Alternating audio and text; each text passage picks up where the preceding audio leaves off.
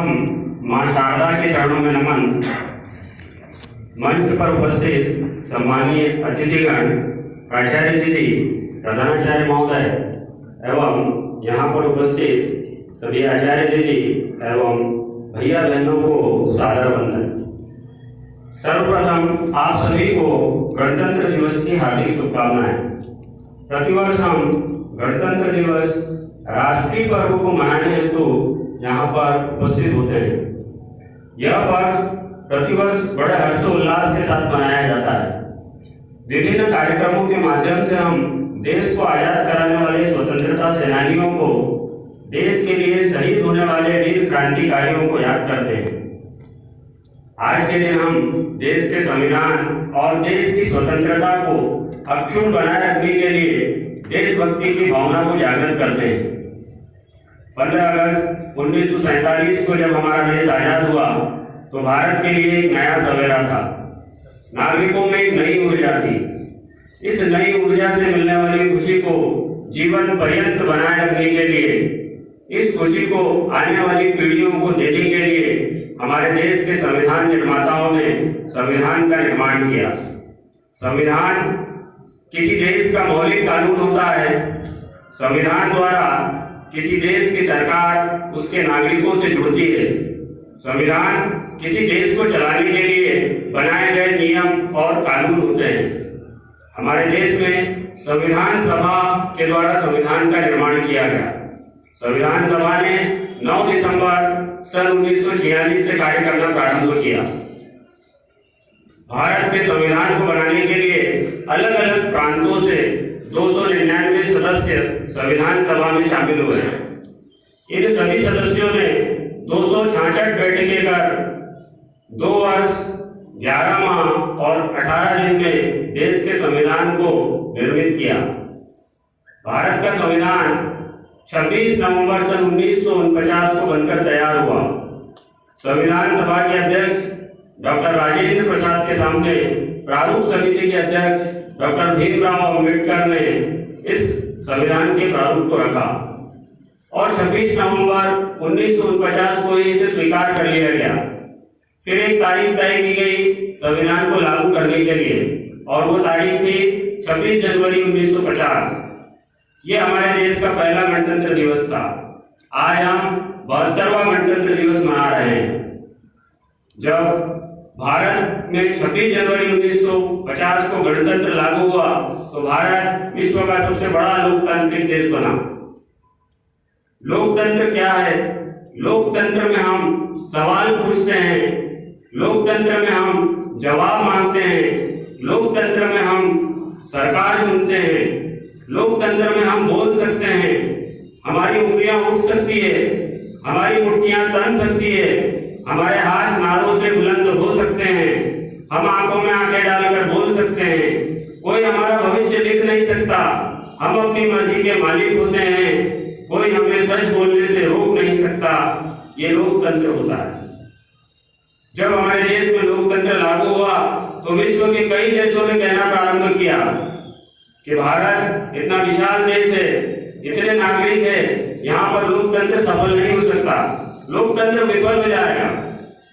आजादी के बाद अनेक प्रकार की समस्याओं से देश जूझ रहा था। विभाजन का दर्द, गरीबी, कृषि, औद्योगिक क्षेत्रों में अस्थिरता थी। इन सभी अमंगलों से पार पाते हुए देश आज मंगल पर पहुंचने वाले चुनिंदा देशों में शामिल है। सबसे बड़ी उपलब्धि की बात है कि हमारा देश मंगल पर पहुंचा, लेकिन सबसे कम लागत में। आज भारत एशिया की दूसरी सबसे बड़ी महाशक्ति है। भारत आज अग्रणी 5 आर्थिक महाशक्तियों में शामिल है और हमारे लिए बहुत ही बड़ा हर्ष का विषय है कि इस कोरोना महामारी के दौर में हमारे देश के वैज्ञानिकों ने अथक प्रयास कर 2 वैक्सीन का निर्माण किया है। ये भी कुछ चुनिंदा देशों के द्वारा ही वैक्सीन बनाई गई है। हमारे देश के सीरम इंस्टीट्यूट और बायोटेक के द्वारा, भारत बायोटेक के द्वारा कोविशील्ड और कोवैक्सीन का निर्माण किया गया है।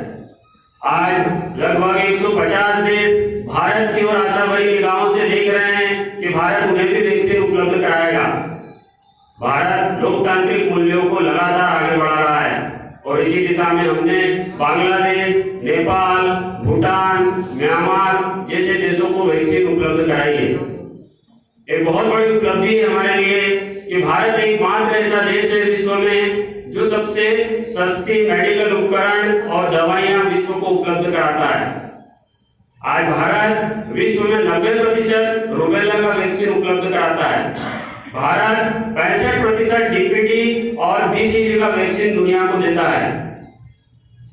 आज हम इस 72वें गणतंत्र दिवस में है, अनेक उपलब्धियां हमारे साथ में जुड़ी हुई है। आने वाले समय में भी भारत एक युवा राष्ट्र है, बहुत लंबे समय तक युवा रहने वाला है और बहुत तेजी से प्रगति करने वाला है। कोई भी देश अपने आप में स्वयं महान नहीं होता है, उस देश को महान बनाते हैं उस देश के नागरिक, उन नागरिकों की सत्यनिष्ठा, कर्तव्य निष्ठा, उन नागरिकों की देशभक्ति, उन नागरिकों की कुशलता। महानता आसमान से नहीं आती है, महानता के लिए प्रयास करने होते हैं, मेहनत करनी होती है, त्याग करना होता है। आज ये 72वां गणतंत्र दिवस आपको भी ये सोचने का अवसर देता है, आपने पिछले सालों में क्या किया, इस देश के प्रति, समाज के प्रति, विद्यालय के प्रति, अपने परिवार के प्रति हमारे क्या उत्तरदायित्व हैं और इन उत्तरदायित्वों को पूरा करने के लिए हम कितने जोश के साथ, कितने लगन के साथ प्रयास कर रहे हैं।